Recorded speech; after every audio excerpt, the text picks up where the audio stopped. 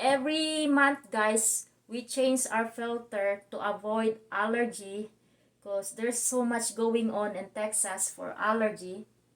Good morning, internet. In today's vlog, I'm just gonna share you guys about our experience that we have a problem in our aircon. So this is our unit in the hallway, guys. So our aircon stopped working because of the power surge. So I'm just gonna show you guys.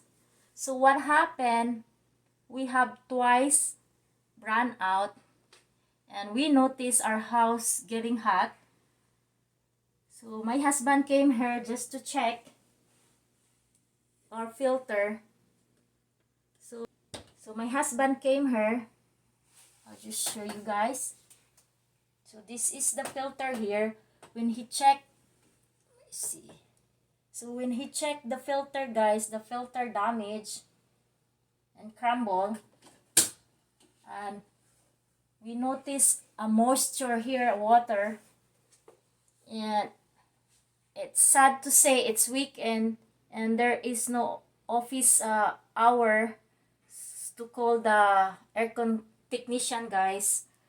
So we have to wait Monday, and finally Monday came, and then the aircon technician came here and checked our unit. He checked here and he checked outside. So the problem is our capacitor. There is a damage in our capacitor and there is a clog in our drain line. So the aircon technician, guys, is advise us to check our drain line very often, and to help the clog, guys, to prevent the clog is you have to use a hot water 1 cup and pour here. You just unscrew the top, see, just pour water here. And I'm just gonna show you outside where's our aircon, guys. And this is the brand name of our aircon, American Standard. This is our aircon outside, guys.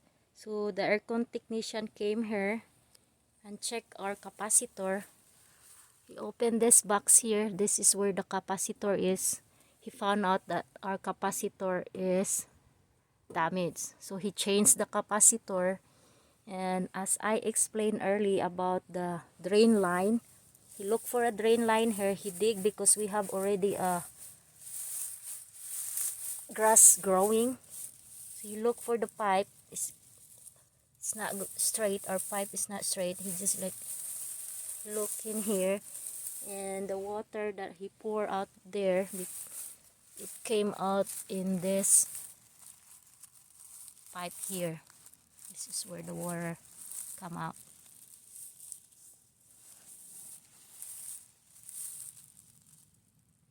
So my husband dig this part and put some stones,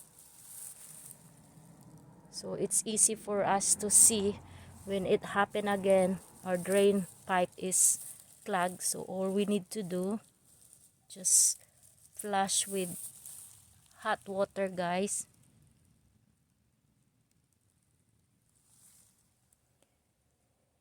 So finally, we are so lucky our aircon is already fixed, guys.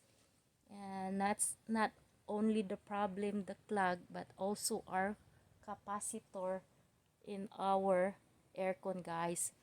So our damage total, guys, to pay the $265, guys. So I hope this video help you guys. It's just our experience when our aircon is stopped working. So until next time, bye bye.